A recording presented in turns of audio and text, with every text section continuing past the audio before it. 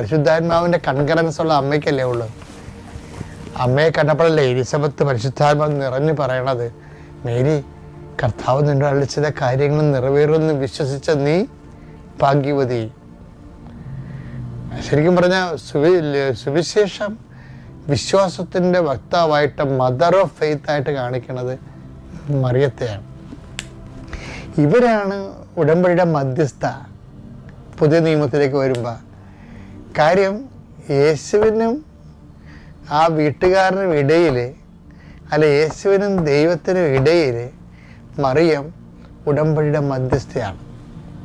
അപ്പം നമ്മൾ ഈശോനോടല്ലേ ഉടമ്പടി ചെയ്യണത്, ഈശോനോടല്ലേ നമ്മൾ ഉടമ്പടി ചെയ്യണം. മറിയത്തെ സംബന്ധിച്ചിടത്തോളം അവർ ദൈവത്തിൻ്റെ അനാദി കാലം മുതൽ തന്നെ പാപം ചെയ്യാതിരിക്കാനുള്ള ഒരു സെക്യൂറായിട്ട് അവരെ ദൈവം സൃഷ്ടിച്ചിരിക്കുന്നതാണ്.